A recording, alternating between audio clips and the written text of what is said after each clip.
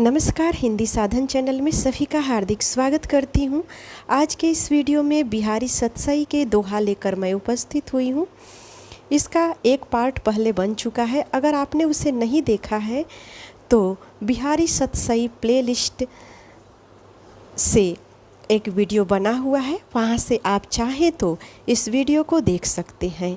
ये वीडियो बिहारी सतसई जिनके पाठ्यक्रम में लगा हुआ है या जिनके सिलेबस में लगा हुआ है हिंदी की प्रतियोगी परीक्षाओं के लिए, उन्हें इस वीडियो को ज़रूर देखना चाहिए। यहाँ पर आप इस वीडियो की व्याख्या को भी देखेंगे और स्क्रीन पे आपको शब्दार्थ भी देखने को मिलेगा। तो आइए शुरू करते हैं बिहारी सतसई के 26वां दोहा। दोहा कुछ इस प्रकार से है। कुछ गिरी चढ़ी अति थकित है, चली डीठी मुँह चार, फिरी नटरी परिये रही, परी चिबुक की गार।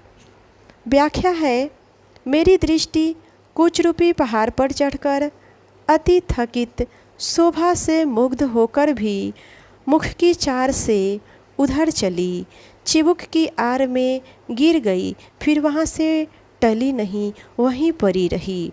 शब्दार्थ में है चार मतलब लालच, गार का अर्थ है खारी। आइए अगले दोहा को देखते हैं। अगला दोहा है, आपको यहाँ पर मैं बता दूँ, बिहारी सतसई के जो दोहे हैं वो तो राधा और कृष्ण के ऊपर तो है ही, साथ में उन्होंने, चूँकि रीतिकाल के कवि थे तो उन्होंने राजाओं की प्रशंसा में भी अनेक प्रकार के दोहे लिखे हैं। तो आप इस दोहे की व्याख्या को देखेंगे तो आपको खुद ही समझ में आएगा कि बिहारी जी ने इस दोहा किसके लिए कही होगी। कई सारे दोहे हैं जो राजाओं की प्रशंसा के लिए और उनकी रानियों के लिए था। कई सारे दोहे ऐसे हैं जो कि राधा और कृष्ण के प्रेम को प्रदर्शित करते हैं। तो उसी प्रकार से सभी ये दोहे हैं जिसको हम देख रहे हैं और अपने पाठ्यक्रम के अकॉर्डिंग इन दोहे के अर्थ को समझकर जब प्रश्न पूछा जाएगा तो उसका ही उत्तर हम चुन पाएंगे। तो आइए 27वां दोहा को देखते हैं। 27वां दोहा है, बेधक अनियारे नयन बेधत करी न निषेध, बरबस बेधत मोहियो तो नासा को बोध। व्याख्या कुछ इस प्रकार से है कि तेरे नुकीले नयन बेधक निषेध करके नहीं बेधते, अर्थात वे मेरा हृदय बेधने में कोई अपने कर्तव्य के विरुद्ध काम नहीं करते। तेरा नाशा का बोध भी जो स्वयं बेधा हुआ है और जिसका काम बेधना नहीं है, बरबस अपने लिए अविहित काम करके मेरे हृदय को बेचता है। भावार्थ यह हुआ कि तेरे सब अंग की शोभा मेरे हृदय में, यहाँ तक कि तेरी नासा का छिद्र भी यानी तेरे नाक का छिद्र भी मेरे हृदय को बेधता है। यहाँ नायिका के अंग प्रत्यंग की सुंदरता का वर्णन कवि करते हैं। आइए आगे बढ़ते हैं। लोने मुँह डीठी न लगे, यों कहीं दोनों ईठी, दुनी है लागन लगी दिए, डिठोना डीठी। व्याख्या है, तेरी सखी ने तो तुझे डिठौना यूँ कहकर यह विचार कर दिया कि तेरे सलोने लावण्यमय मुख पर दृष्टि न लगे, पर इस डिठौना देने से तो तेरे मुख की ऐसी शोभा बढ़ गई है कि उस पर दृष्टि आँख दुनी होकर और भी अधिक लगने लगी है, जमने लगी है। दोहा संख्या 29। चितवनी रूखे दृगनु की, बिन हासी मुस्कानी, मान जनायो मानिनी, जानी लियो पिए जानी। व्याख्या है, नायिका की रूखे दृगों की चितवन और नायक की बिना किसी हंसी की बात से ही मुस्कुराहट अर्थात खिसियानेपन की मुस्कुराहट से तू समझ ले कि मानिनी ने तो मान जनाया और प्रियतम ने उसका यह मान जनाना जान लिया है यानी समझ लिया। अगला जो दोहा है सबखी त्यों समूहानी छिन, चलती सबही दे पीठी, बाही त्यों ठहराती, यह की बलनुमा लो डीठी। व्याख्या कुछ इस प्रकार से है कि यह तेरी दृष्टि क्षण मात्र की ओर तो समूहाती है, सबको पीठ देकर चलती हो, सबकी ओर से लौट पड़ती हो और उसी नायक की ओर कविल नवी की भांति ठहरती हो, जिसे लक्षित होता है कि तेरा चित चोर वही है। शब्दार्थ है समूहातों का अर्थ है सामने जाते, कविल नवी का अर्थ है मंत्र के कटोरे। अगला जो दोहा है संख्या है 31। कौन भांति रही है बिरद अब, देखिबे मुरारी, बीधे मोसे आने के, गोधे गीधही तारी। व्याख्या है कि हे मुरारी, अब देखना है कि आपका तारण बिरद किस प्रकार रहेगा, क्योंकि आप एक सामान्य पापी गिद्ध संतापी को तार कर परिचय हुए मुझ महापापी से आ उलझे हैं। अगला दोहा है दोहा संख्या 32।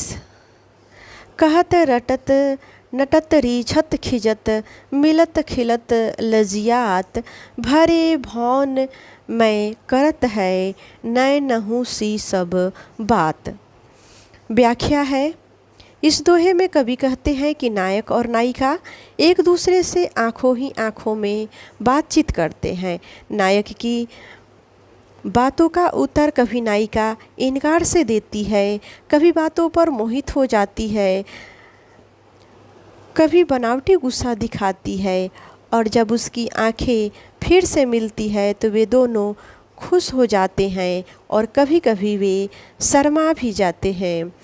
कभी कहते हैं कि वे इस तरह वे भीड़ में वे एक दूसरे से बात करते हैं और किसी को ज्ञात भी नहीं होता है। शब्दार्थ है कहत का अर्थ है कहना, नटत का अर्थ है इनकार करना, रिझत मोहित होना, खिझत बनावटी गुस्सा करना, मिलत मिलना, खिलत प्रसन्न होना, लजियाना शर्माना, भौन भवन, नयननु नेत्रों से। अगला दोहा है दोहा संख्या 33। वाही के चित चटपटी धरत, अटपटे पाए, लपट बुझावत, विरह की कपट भरे हु आए। व्याख्या कुछ इस प्रकार से है जिसके यहाँ रात भर रह रहे हो। नायिका कहती है नायक से कि जिसके यहाँ रात भर रह रहे हो उसी से फिर मिलने की तुम्हारे चित्त में आतुरता है, इसीलिए तुम अटपटे पांव रखते हो। पर तो भी मुझे कुछ दुख नहीं है, क्योंकि तुम तो कपट भरे भी आकर मेरी विरह ज्वाला बुझाते हो। तात्पर्य यह है कि सपत्नी का दुख मुझे तुम्हारे दर्शन सुख के आगे मैं भूल जाती हूँ। शब्दार्थ है अटपटे कहीं से कहीं, लपट अर्थ ज्वाला, चटपटी उत्कल अभिलाषा। अगला दोहा है दोहा संख्या 34। लखी गुरजन बिच कमल सो, शीस छुआयो श्याम, हरि सन्मुख करी आरसी, हिये लगाई बाम। व्याख्या है नायिका को गुरुजनों के बीच में देखकर श्याम ने सिर कमल से छुआकर पांव पड़ने की चेष्टा करके मिलने की प्रार्थना सूचित की। बाम का अर्थ है बामा, अर्थात नायिका ने वह भाव समझकर अपनी आरसों हरि के सामने हृदय को लगा दी। आरसों में सूर्य का प्रतिबिंब लेकर कुछ रूपी पहाड़ों के बीच में लगने से यह सूचित किया है कि सूर्य के वस्ताचल में छिपने पर अर्थात रात्रि को मिलूंगी। अगला दोहा संख्या 35। पाए महावरदैन को, नाइन बैठी आए, फिर जानी महावरी, एरी मिरती जाए। व्याख्या कुछ इस प्रकार से है कि पाँव में महावर देने की नाइन आकर बैठी है, पर नायिका को एरी का रंग ऐसा लाल है कि उसको उसमें तथा महावर की गोली में कुछ भेद नहीं प्रतीत होता। अतः भ्रम के कारण वह एरी को फिर महावर को गोली समझकर मोड़ती जाती है। अगला जो दोहा है, दोहा संख्या 36। तो ही निर्मोही लगयो मोही यहे सुभाए, अन आए आवे नहीं आए आवत आओ। व्याख्या है कि हे निर्मोही, मेरा हृदय तुझी से इस स्वभाव रीति से लगा है कि तेरे न आने से वह भी मेरे पास नहीं आता। मेरा चित्त ठिकाने नहीं रहता और तेरे आने से आता है। अतः निवेदन है कि तू आ पधारे। यहाँ नायिका नायक का इंतजार कर रही है। अगला दोहा है दोहा संख्या 37। नैन न नैनन को कछु उपजी बरी बलाए, नीर भरे नित प्रति रहे तऊ न प्यास बुझाए। व्याख्या है कि यह प्रेम रूपी तेल नहीं है, प्रत्युत्तर मेरे नैनों के निर्मित कोई बड़ी बलाए उपजी है, क्योंकि यद्यपि मेरे नयन नित प्रति नीर यानी आंसू से भरे हुए रहते हैं, तब भी प्यास यानी दर्शन की तृष्णा मेरे मन से नहीं बूझती है। अगला दोहा है दोहा संख्या 38। नहीं पराग नहीं मधुर, मधु नहीं विकास यही काल, अली कली में ही बंधियो आगे कौन हवाल। यहाँ कवि बिहारी राजा जब अपनी प्रेयसी यानी बहुत ही ज़्यादा स्नेह और प्रेम करते हैं पत्नी के रूप में, तब कवि यही कहते हैं कि अभी तो ये बहुत ही छोटी और बच्ची है, तब आप इतने आसक्त हैं, और जब ये बड़ी होगी तो आपकी क्या स्थिति होगी, यानी जब इसका यौवन आएगा तब आपकी क्या दुर्दशा होगी। तो ये जो दोहा है वो राजा के लिए बिहारी ने लिखा था। आइए दोहा की व्याख्या को भी देख लेते हैं।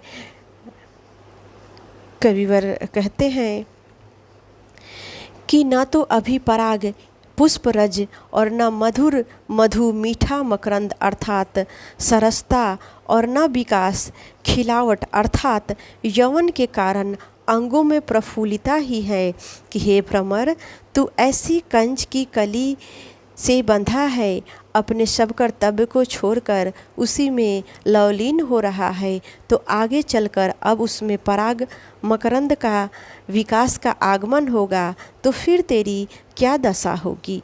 भ्रमर का अर्थ है यहाँ राजा को कवि संकेत कर रहे हैं। इस व्याख्या में दूसरा अर्थ लगाया जाता है। कविवर बिहारी ने राजा को व्यंग करते हुए यह कहा है कि विवाह के बाद वे अपने जीवन में रसमय हो गए हैं और विकास कार्य के तरफ उनका कोई ध्यान नहीं है, राजकीय कार्य से दूर है। ऐसे में कौन राजभार संभालेगा। अगला दोहा है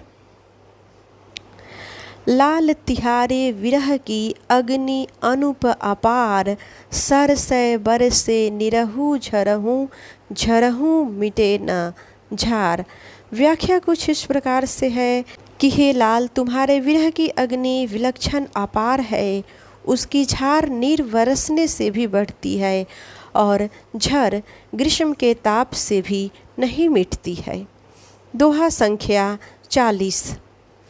देह दुलहिया की बढ़े ज्यों ज्यों जो बन ज्योति, त्यों त्यों लखी सोत ये सबे बदन मलिन द्रुति होती। व्याख्या कुछ इस प्रकार से है कि कवि कहते हैं कि दुल्हन की देह में ज्यों ज्यों यौवन की ज्योति बढ़ती है, त्यों त्यों उसको देखकर उसकी सभी सौतों के बदन में ध्रुति मलिन होती है। अगला जो दोहा है दोहा संख्या 41। जगतु जानियो जिहि सकलु सो, हरि जानियो नाही, ज्यों आँखेनु सब देखिए आँख ही न देखी जाही। व्याख्या कुछ इस प्रकार से है। इस दोहे के माध्यम से बिहारी लाल जी ने ईश्वर के भक्तों को प्रेरित करते हुए कहते हैं कि वे अपने आराध्य, जिसने उनके संपूर्ण जगत का ज्ञान कराया है, उसके बारे में जान ले। बिहारी जी कहते हैं कि जिस ईश्वर ने तुम्हें मनुष्य बनाकर इस संसार में भेजा है, तुमने इस ईश्वर को जाना ही नहीं। यह बात वैसी ही है जैसे कि हम अपनी आँखों के द्वारा इस संसार को देखते हैं, समस्त वस्तुओं को देखते हैं, परंतु अपनी उन्हीं आँखों के द्वारा अपनी उस आँख को नहीं देख पाते जिसके द्वारा हम इस संसार को देखते हैं। दोहा संख्या 42। मंगल बिंदु सुरंग मुख, शशि केसर आर गुरु, एक नारी लही संग, रसमय कीच लोचन जगत।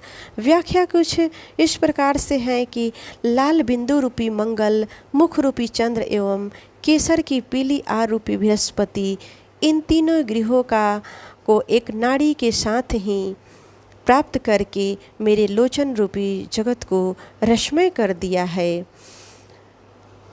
दोहा अगला है दोहा संख्या 43।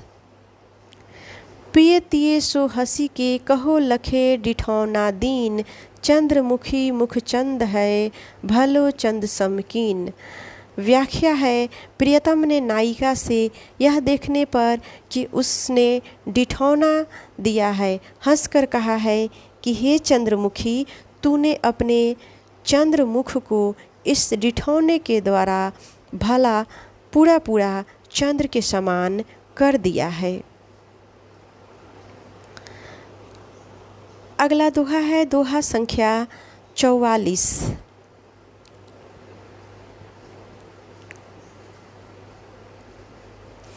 कौहर सी एंडिन की लाल देखी सुभाए, पाए महावर देई को आप भई बेपाए। व्याख्या है, इंद्रायण की फल की एरियो की स्वाभाविक लाली नाइन स्वयं बेपाई, बिना हाथ पैर की अर्थात मति पंगु हो गई है, फिर भला पाँव में महावर दे तो कौन दे। दोहा संख्या 45। खेलन सिखे अली भले, चतुर अहेरी मार, कानन चारी नैन मृग, नागर नरनी सिकाए। व्याख्या है कि हे अली, कामदेव रूपी चतुर अहेरी ने तेरे काननचारी, कानों तक जाने वाली वनचारी, नैन रूपी मृगों को भली भांति बड़ी विलक्षण रीति से नगर निवासी नरों का शिकार करना सिखलाया है। दोहा संख्या 46। रस श्रृंगार मंजनु किए, कंजनु मंजनु दैन, अंजनु रंजनु हूँ बिना, खंजनु गंजनु नयन। व्याख्या है कि श्रृंगार रस में मंजन किए हुए, श्रृंगारिक रसोचित हाव भाव, कटाक्ष आदि से परिष्कृत पानी दिए हुए अथवा उसमें निमग्न ये मेरे नयन कंजों को भंजन देने वाला है, अंजन लगाने के बिना भी खंजों का तिरस्कार करने वाला हो। अगला जो दोहा है वह कुछ इस प्रकार से है। दोहा संख्या 47। साजे मोहन मोह को, मोहे करन कुचैन, कहाँ कह उल्टे परे, टोने लागे नैन। व्याख्या है कि मोहन के मोहने को सुसज्जित किए मुझको ही विकल किए डाले हैं। मतलब मैं क्या करूं, मोहन के लावण्य लोने हुए नयन उल्टे टोने पड़े हैं मुझ पर, मैं क्या करूं। अगला है दोहा संख्या 48।